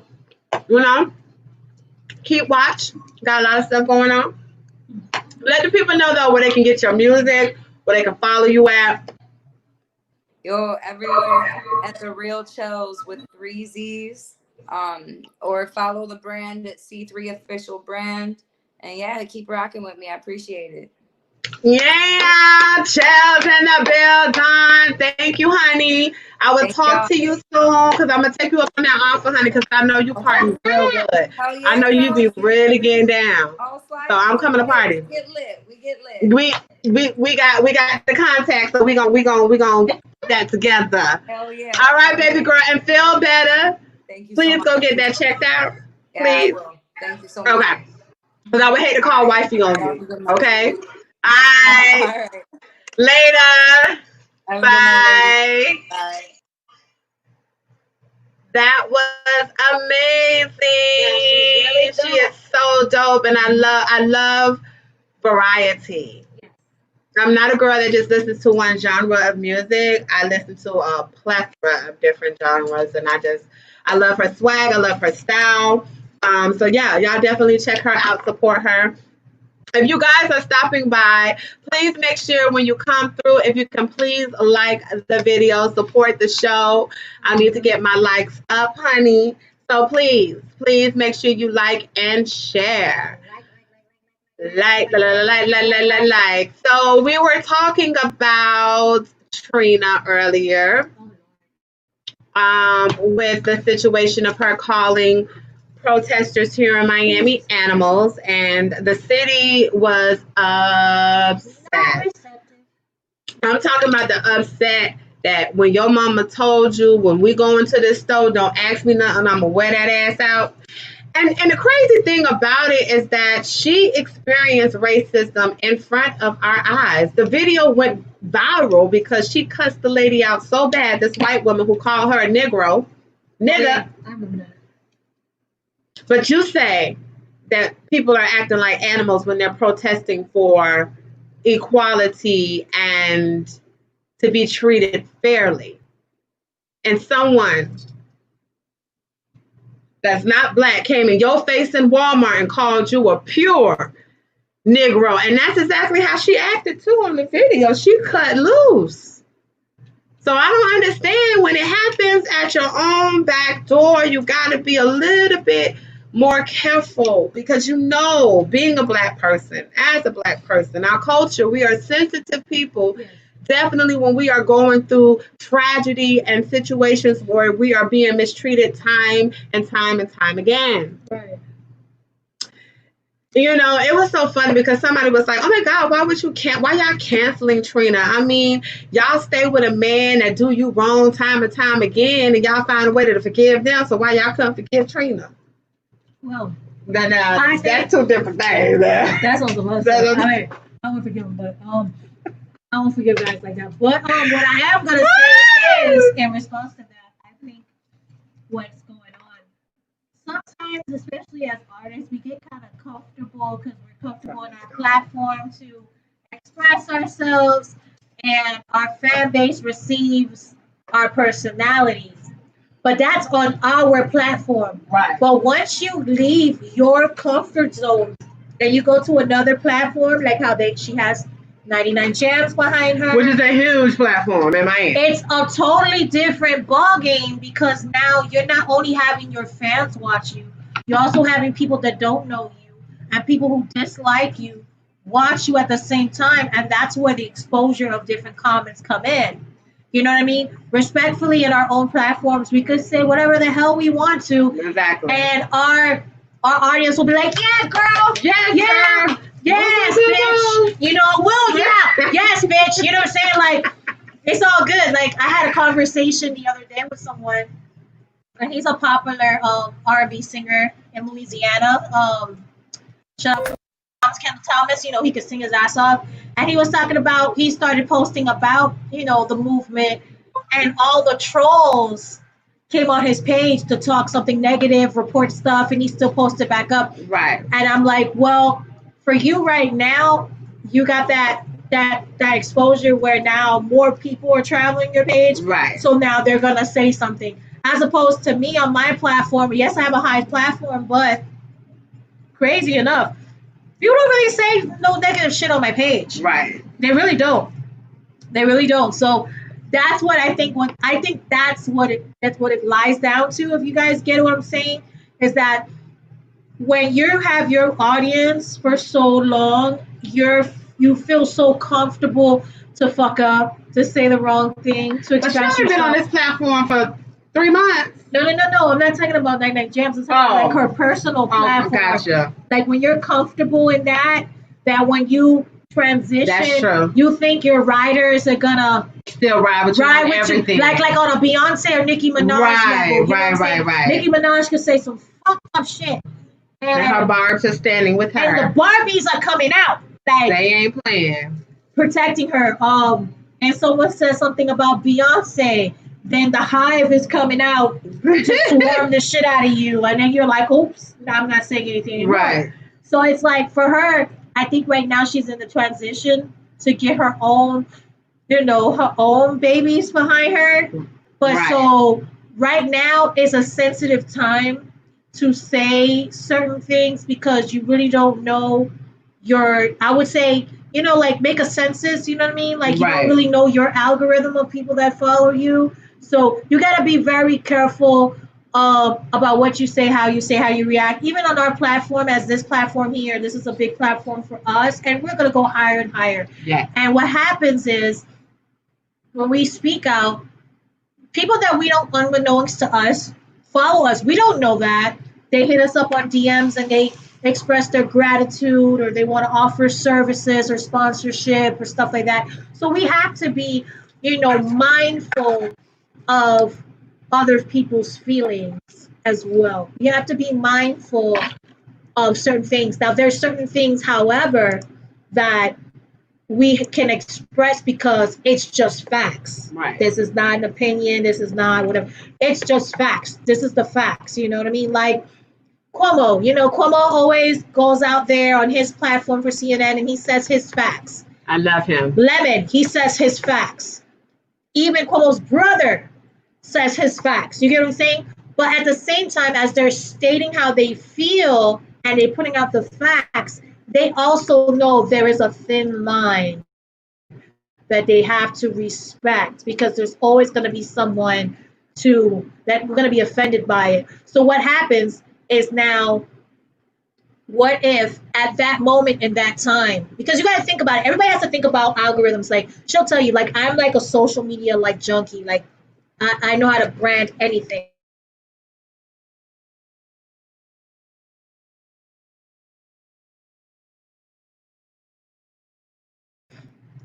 With that being said, you know what I mean?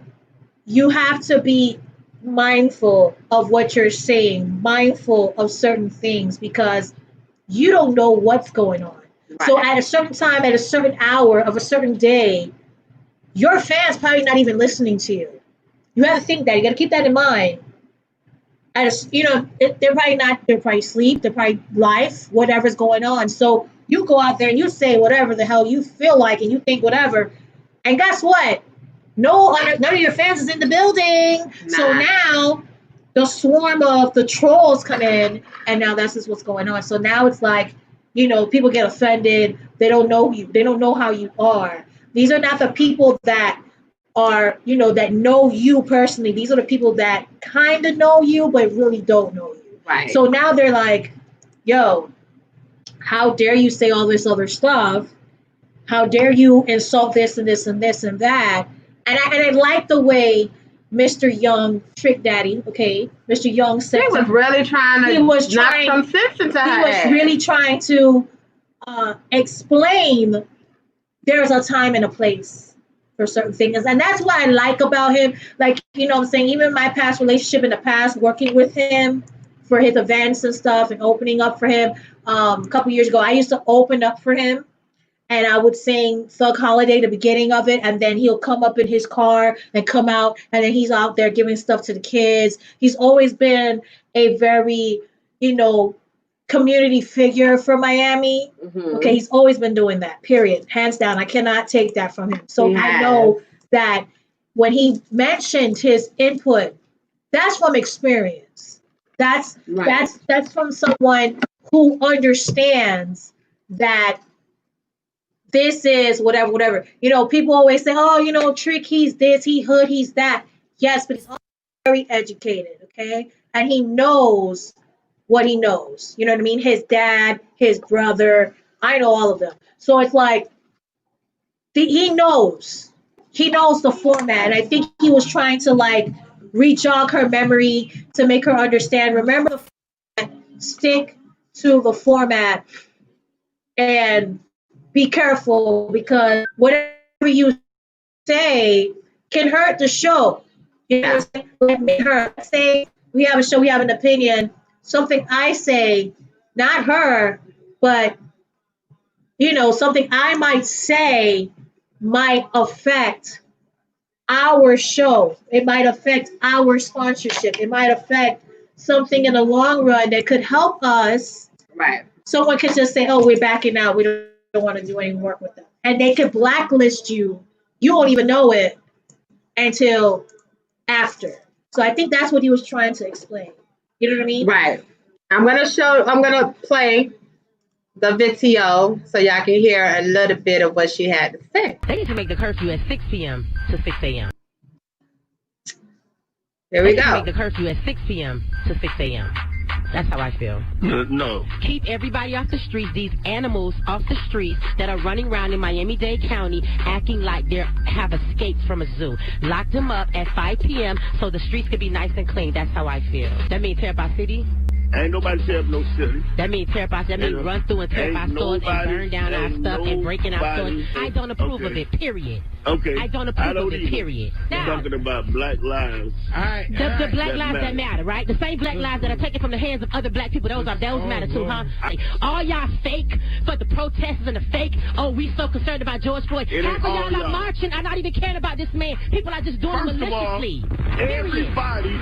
Everybody was in looting and burning up stuff. Mm-hmm. When the police get behind you and the red and blue lights come on, you're not supposed to be scared. You're not supposed to be scared. I'm never scared. I have my license and registration and insurance. I'm not scared.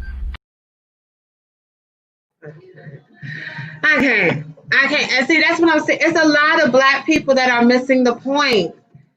We're missing the point at hand. If you're a black person right now, all lives matter. If you're a black person right now and you're screaming, oh, we're animals and we this and that, I just don't agree with it, because I feel like you don't even know your history. You don't know who the hell you are. I don't even understand. And with the whole blackout on Tuesday, there were so many black people that participated that didn't even understand what we were doing. What was the whole meaning of Blackout Tuesday, which was to highlight black businesses, not to be silent the whole day. No. And I talk about the injustices in George Floyd and what was going on. That's why I don't understand. Like, stop being monkey see, monkey do, and let's read. Read, boy, it had told everybody, it broke down what Blackout Tuesday was about. Right. And people like Coach Stormy Wellington Oh, Lord. didn't understand. And that's my coach. I love her. So it's just, I was very disappointed, like everyone else, as to how she took this situation and screamed all lives matter and about black on black crime and things that just don't matter with what's going on right now. Again, people are screaming, let me let this white lady tell you why Oh, yeah, I love that video. Stop right there. Black Lives Because I gotta Matter, since speak a on lot of something y'all when it don't comes want to to hear this it from. Black Lives Matters. I was having a conversation the other day, and this girl says, I just can't support it. All lives matter. You're right, Karen. All lives do matter. But let me put it to you like this.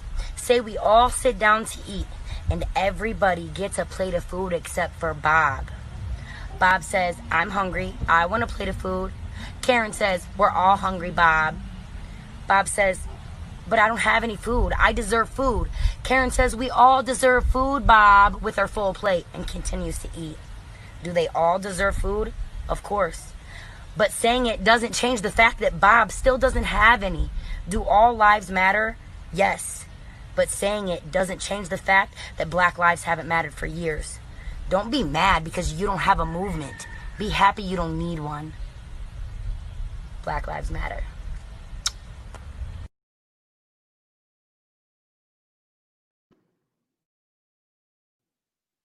You see what I'm saying? This is why we're screaming Black Lives Matter, because see, a lot of y'all are not getting it. There are a lot more white women that are talking about the real definition of how the Black Lives Matter. What we are saying is, yes, we acknowledge all lives matter. But what we are highlighting is the social injustice of the Black, not Black American, overall Black community.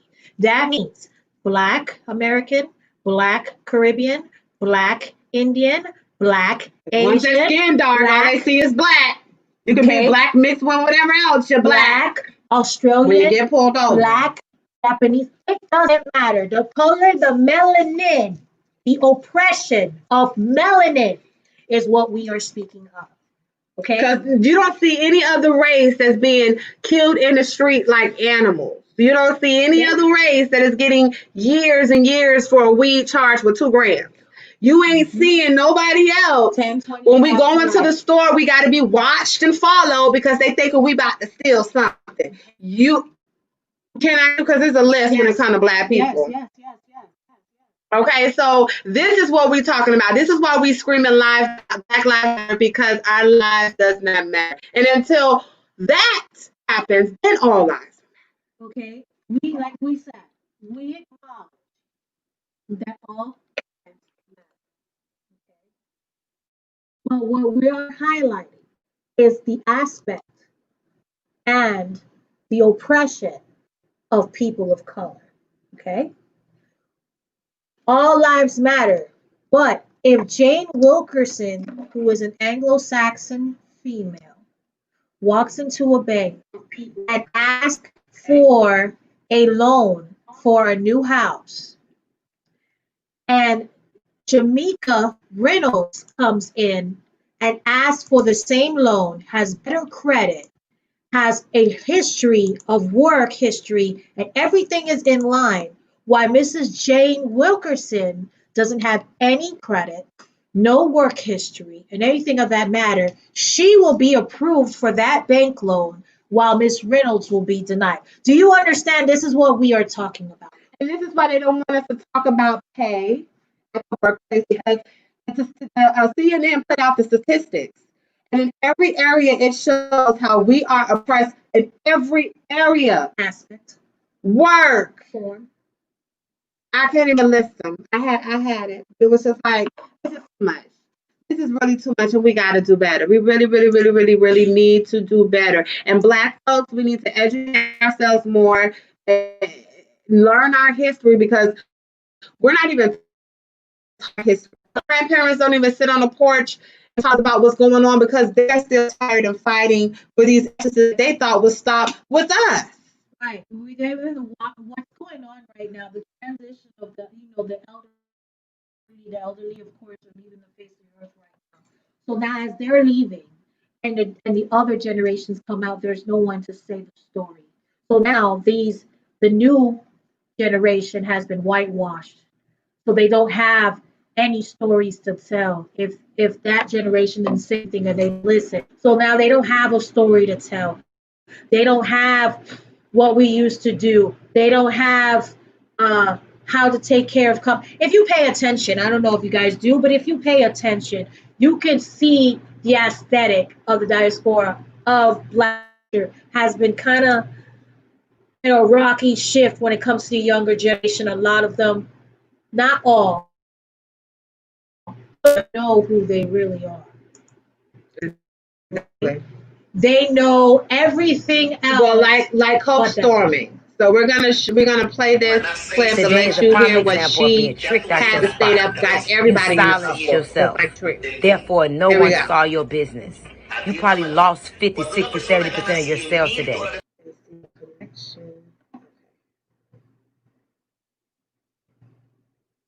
I would play it on here and it's not playing on here.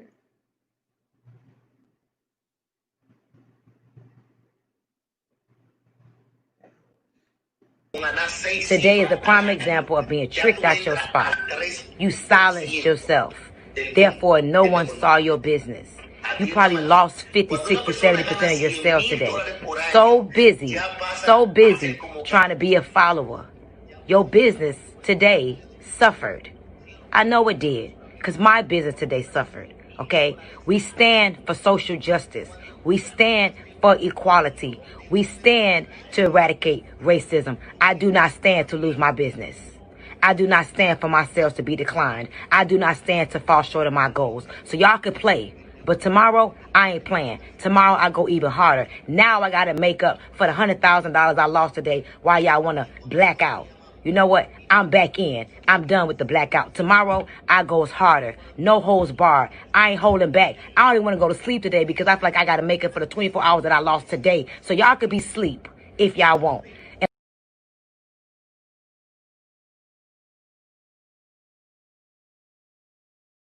I'm back in. I ain't holding back. I don't even want to go to sleep today because I feel like I got to make it for the 24 hours. So, there you go. There you have it. And people felt like she was being very, very, very insensitive about the situation, about what's going on, and just about Black people. And she has 2 Black sons herself. And so people were very, very discouraged and disappointed that she said that. But today she did apologize. She apologized about what she said. Mm-hmm. And let me let you hear just a snippet, because she did not save it as a live. She didn't save it. Oh, wow. I'm not sure why, but let's see here. On in the world, I did not take into consideration that it was just the wrong time. I know that there are people who know me and they know my heart. They know that there's nothing I wouldn't do for our people. I've been that girl that came from nothing. I came from Section 8. I know what it feels like, being on Section 8. I know what it feels like, being on government assistance. I know what it feels like to be confused and to be afraid and to not know where your next dollar is coming from. I know what that feels like. That's who I am. And so I could not allow this day to continue on. I have no energy. I'm definitely beating my own ass for not taking into deep consideration the state of the entire nation right now. All of us, especially people of color, we are hurting, and I know that everybody is fighting the best way that they know how. And I know that emotions are very, very, very, very high. And I want everybody to know that I had to delete and remove the video as well, because I do not want that to be a part of my legacy. I refuse to just allow that video to keep going viral for people to, plug away at who I really am and what I've really done and what I really stand for. And so with my deepest, my most sincere emotions is to tell everybody that my heart was not to hurt you. My heart was not to act like I'm ignoring the situation. But the truth is, all I know how to do is take my pain and go to work, y'all. That's all I've ever done. My whole life. So, you know, people with these major platforms is either they're staying silent or they're trying to conform with the masses, meaning that they can't leave the others out without them feeling like they're going to feel some type of way. If they're not already standing up and saying something, then that should tell you right there who you doing business with. Okay? So, Black people, please, we've been through enough. And one thing that we need to do, that we need to unite, that we finally need to let go, and it's to come together as a true family. In New York, China people got their own town. It's called Chinatown. So why? Did New York feel some type of way? Did anybody else say, oh, hey, I'm white, so why can't I have my own white town in New York City? Like, we got to stop worrying about all the other things that don't matter and worry about things that are going to unite us. And we need our own land, our own banks, our own movie theaters. Malcolm X, so many prominent leaders have been screaming this for years. So big up to Akon. We keep talking about his city, Akon City. That thing gonna be running off of solar, straight solar. What FPNL bill? We got to get smart, because we are smart people. We are geniuses. We create everything. We are trendsetters. So we need to come together and understand that we all can get a piece of the pie. We're so gifted that everyone is going to eat. Nobody's going to be left behind. But that's the reason why we need to unify and have that type of heart for each other, so that we won't penetrate each other and continue to do harm that so many people outside of our race has done to us. I'm just sick of us not being able to get it. And it's really simple, petty shit that we allow to divide us as a people. So let's really, really take this time, guys, to love on each other, to really get serious about ourselves. Let's do personal development. Let's get rid of all this hurt that we walk around with every single day. Let's get motivated to fight for what matters for our future, like our ancestors did. Yeah, you may not be a protester, but you know what? You can sign petitions. You can give back. You can go and be a part of your community. There is a way for you to have a voice. And we need all the voices to come together. And if you do not understand what is going on right now, before you talk, educate yourself. Google is your best friend. But stop putting yourselves in situations with your mouth that you got to come back and apologize for. And then we still going to look at you like you stupid. The matter is this. We also got to understand as well, we're part of the problem. Last thoughts, because we got to go, y'all. We at the end of the show. Right. We're part of the problem when we put down each other. You know what I'm saying? Find a solution, execute, and move past it. That's it. We love you guys. We're going to be back here on Tuesday. On Tuesday, I have Class Money. Class Money is going to be coming through. And then on Thursday, I have a guy by the name of Austin Tolliver. He's an actor and a singer, and his people hit me up from Tennessee. I'm like, huh? Y'all know about the Divas Lounge show? Okay. So y'all definitely want to stick around. We have a lot of great things coming your way right here on our new platform on WMRR. Please make sure that you support, and please like the video and share. I really appreciate you guys. Make sure you're following us on social media. IG, The Divas Lounge, Facebook, Divas Lounge, Twitter, The Divas_Lounge. And please, follow the station on IG, WMRR on air, and on Facebook, WMRR. We love you guys for free. We really appreciate you guys. Also, Shamil will be back on Tuesday to give that good motivational speaking word. And yeah, thank you guys so much. You guys have an amazing weekend. Y'all be safe out there. Do something. Say something. All right? Y'all have a good night.